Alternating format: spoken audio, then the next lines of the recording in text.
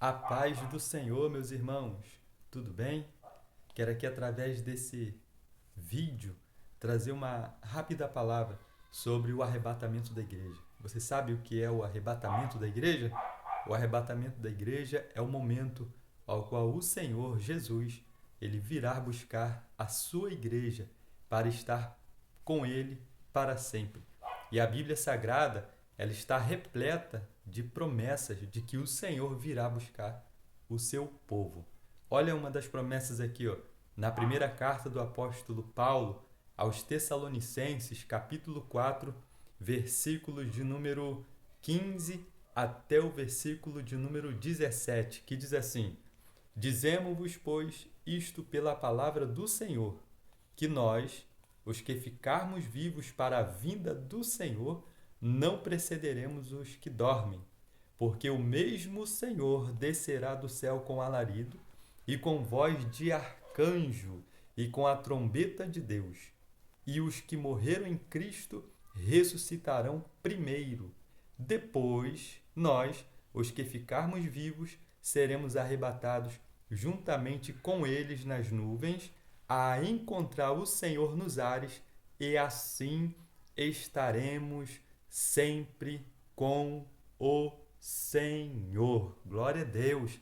Apóstolo Paulo falando para os Tessalonicenses sobre a vinda do Senhor, sobre o arrebatamento da igreja. E esse dia vai chegar, irmãos. Esse dia está perto. A qualquer momento, o Senhor Jesus, ele virá buscar a sua igreja. Não duvide, creia que será daqui um pouquinho de tempo. E você sabia que existe algumas implicações do arrebatamento? Eu vou falar só uma. Uma das implicações do arrebatamento da igreja é uma vida piedosa e vigilante, aqueles que o esperam. É necessário termos uma vida piedosa e uma vida de vigilância e temor, obediência a Deus, santidade, para aguardarmos o Senhor Jesus, que virá daqui a pouco nos buscar. E enquanto ele não vem nos buscar, é necessário estarmos preparados, prontos, aguardando, até porque quem está esperando se prepara, quem está esperando fica em prontidão, quem está esperando fica em estado de alerta, vigilância, e esse é o nosso estado de vigilância, de alerta, de prontidão, porque temos esta certeza de que o Senhor Jesus virá nos buscar. Olha o que o apóstolo João, na sua primeira carta, no capítulo 3, ele diz, olha só, a primeira carta de João, capítulo 3, olha só: Vede quão grande amor nos tem concedido o Pai, que fôssemos chamados filhos de Deus. Por isso, o mundo não nos conhece, porque não conhece a Ele. Amados, agora somos filhos de Deus, e ainda não é manifesto o que havemos de ser. Mas sabemos que, quando Ele se manifestar, seremos semelhantes a Ele, porque assim como é, o veremos. E qualquer, olha só o versículo 3, e qualquer que nele tem esta esperança, purifica-se a si mesmo, como também ele é puro. Olha só, e qualquer que nele tem esta esperança, esperança o quê? De um dia estarmos com ele. Esperança de que de quê? De que ele virá nos buscar. E aqueles que têm esta esperança, aqueles que estão aguardando o Senhor Jesus, esta é a posição deles, ó. E qualquer que nele tem esta esperança, purifica-se a si mesmo, purifica-se a si mesmo, como também ele é puro. Isso aqui é uma das implicações do arrebatamento, amém? Que é uma vida piedosa e vigilante aqueles que o esperem. O arrebatamento da igreja, irmão, é a bem-aventurada esperança da igreja. A esperança da igreja não está nessa terra. A esperança da igreja não está nas coisas desta terra. É claro que existem muitas coisas nesta terra que é boa, que serve para nós como povo de Deus. mas a nossa esperança não está fundamentada nessas coisas. A nossa esperança está em Cristo. A nossa esperança está em ver o Senhor Jesus. A nossa esperança está em um dia morar com o Senhor nas mansões celestiais. E essa é a bem-aventurada esperança da igreja. Olha o que o apóstolo Paulo, ele escreveu na carta a Tito, no capítulo 2, no versículo de número 13. Olha só, aguardando a bem-aventurada esperança e o aparecimento da glória do grande Deus e nosso Senhor Jesus. E o nosso Senhor Jesus Cristo. Olha só, aguardando a bem-aventurada esperança e o aparecimento da glória do grande Deus e nosso Senhor Jesus Cristo. A esperança da igreja não está no evento, no arrebatamento. A esperança da igreja, ela está no aparecimento do Senhor Jesus. Nós acreditamos no arrebatamento da igreja, mas o arrebatamento é um evento. A nossa esperança não está no arrebatamento em si, mas sim no aparecimento da glória do Senhor Jesus, que será no arrebatamento. Então, essa é a nossa bem-aventurada esperança. E nós, como Igreja do Senhor Jesus, nós aguardamos a Ele. Não estamos aguardando o anticristo, mas nós estamos aguardando o Senhor Jesus. O anticristo é um ser, como Paulo fala, que ele virá na eficácia de Satanás. Satanás dará poder a ele se manifestará após o arrebatamento da igreja. E assim ele vai agir aqui nessa terra, enganando todos aqueles que rejeitaram o Evangelho, todos aqueles que rejeitaram o Senhor Jesus. Mas a igreja do Senhor Jesus, ela não está aguardando o anticristo. A igreja do Senhor Jesus está aguardando o seu Senhor, o seu noivo, o seu esposo, que é o Senhor Jesus Cristo. Olha o que o apóstolo Paulo fala na primeira carta aos Tessalonicenses, capítulo 1, versículo 10. E esperar dos céus a seu Filho, a quem ressuscitou dos mortos, a saber, Jesus, que nos livra da ira futura. Aí esperar dos céus a seu Filho. Olha a esperança da igreja. Está no Senhor Jesus. Nós o aguardamos. A quem ressuscitou dos mortos. Olha só, Jesus vive. E porque ele vive, irmãos, é que nós seremos arrebatados. E porque ele vive, é que nós vamos morar com ele. E a prova de que ele vive é que nós temos essa esperança e de que ele prometeu vir nos buscar. E essa é a esperança do aparecimento do Senhor Jesus. Nossa esperança está nele, a saber, Jesus, que nos livra da ira futura. Que ira futura é essa? É a grande tribulação que virá sobre esta terra como forma de juízo de Deus após o arrebatamento da igreja. E o que acontecerá instantes antes, irmãos, do arrebatamento da igreja? Irmãos, é tremenda. A palavra do Senhor, ela é tremenda, irmão, tremenda, ela é poderosa. Você sabe o que vai acontecer instante antes do arrebatamento da igreja? O que vai acontecer momentos antes do arrebatamento da igreja? Sabe o que vai acontecer? Olha só, está aqui, ó, primeira carta do apóstolo Paulo aos Coríntios, capítulo 15, versículo de número 51, que diz assim, ó, Eis aqui vos digo um mistério. Na verdade, nem todos dormiremos, mas todos seremos transformados. No momento, no abrir e fechar de olhos, ante a última trombeta, porque a trombeta soará e os mortos ressuscitarão incorruptíveis e nós seremos transformados. Olha só, irmãos, no momento antes do arrebatamento da igreja, acontecerá um milagre, que é a ressurreição e a transformação do corpo daqueles que vão estar vivos no dia do arrebatamento. E o apóstolo Paulo, ele tinha essa esperança de que o arrebatamento fosse acontecer na época em que ele estava vivo. né? O apóstolo Paulo ele tinha essa esperança. Ele fala isso aqui para os coríntios e ele fala também para os tessalonicenses no capítulo 4, que diz aqui, ó, depois nós, os que ficarmos vivos, seremos arrebatados juntamente com eles nas nuvens. Olha só, depois nós, os que ficarmos vivos. Isso ele falou para os Tessalonicenses, né, na primeira carta aos Tessalonicenses, capítulo 4, versículo 17. E agora aqui, na primeira carta do apóstolo Paulo aos Coríntios, capítulo 15, ele também fala a mesma coisa. Eis aqui vos digo um mistério. Na verdade, nem todos dormiremos, mas todos seremos transformados. No momento, no abrir e fechar de olhos, ante a última trombeta, porque a trombeta soará e os mortos ressuscitarão incorruptíveis, e nós seremos transformados. Olha só, Paulo está falando, e nós seremos transformados.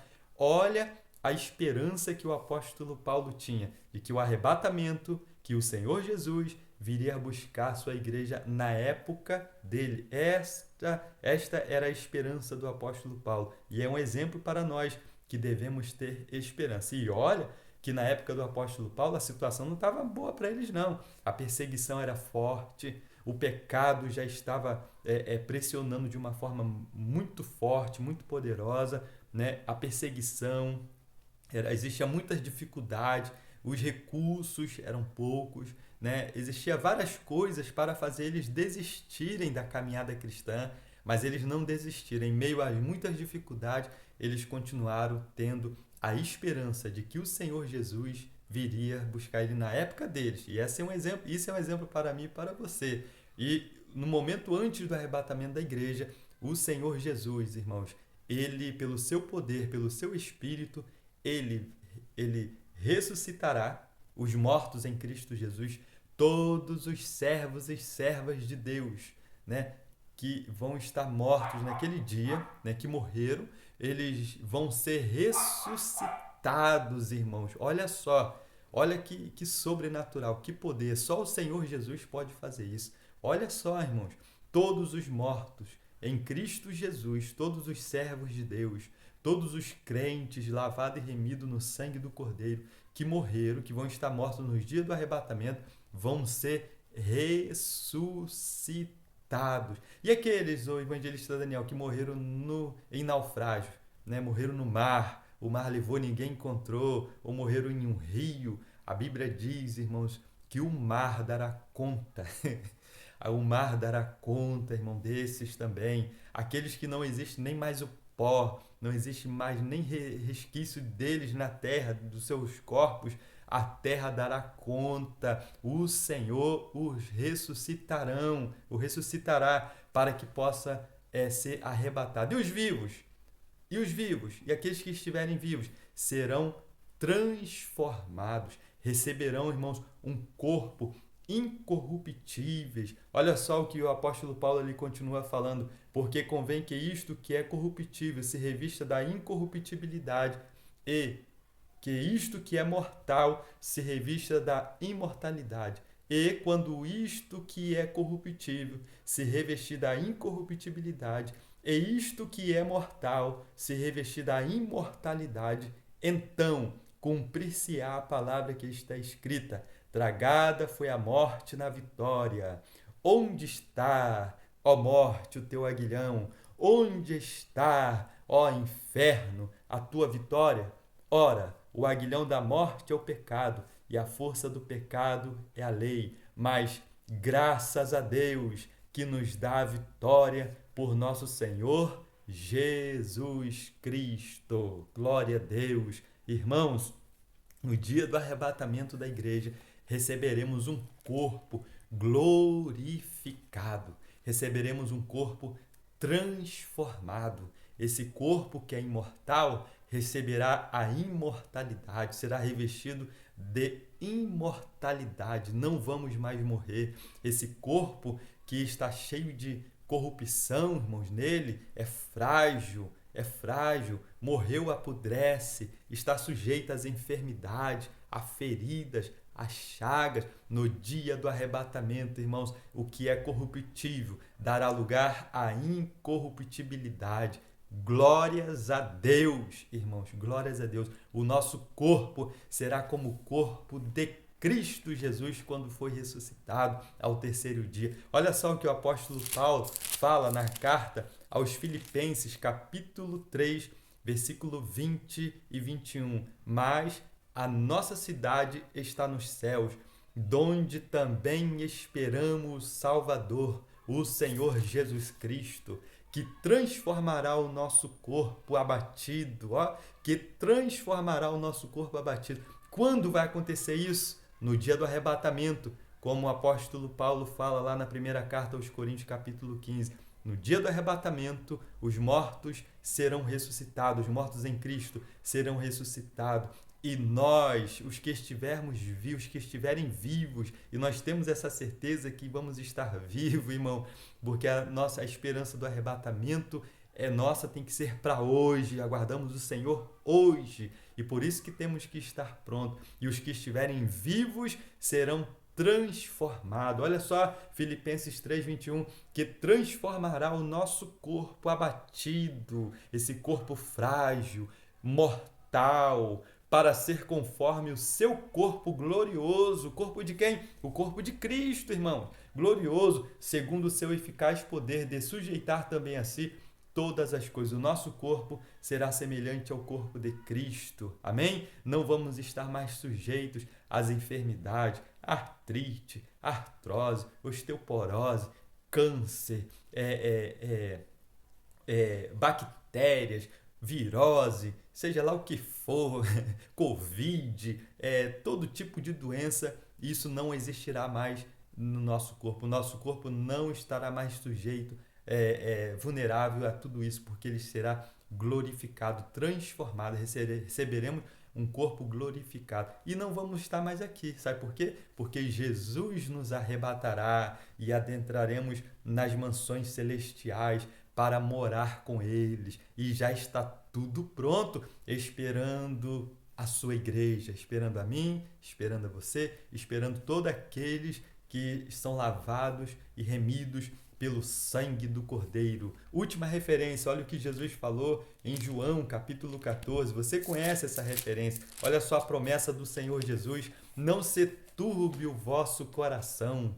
Credes em Deus, credes também em mim. Na casa de meu Pai há muitas moradas. Se não fosse assim, eu vos teria dito, pois vou preparar-vos lugar. E se eu for e vos preparar lugar, virei outra vez e vos levarei para mim mesmo, para que onde eu estiver, estejais vós também. Olha só, para que onde eu estiver, estejais vós também. Olha o início do versículo 3. E se eu for e vos preparar lugar, já está preparado, ele preparou. Virei outra vez e vos levarei para mim mesmo. O Senhor virá para nos buscar, para estarmos para sempre com Ele. Amém, irmãos? Que essa possa ser a nossa esperança, que possamos cultivar essa esperança a cada dia, através da leitura da Palavra de Deus, através da fé,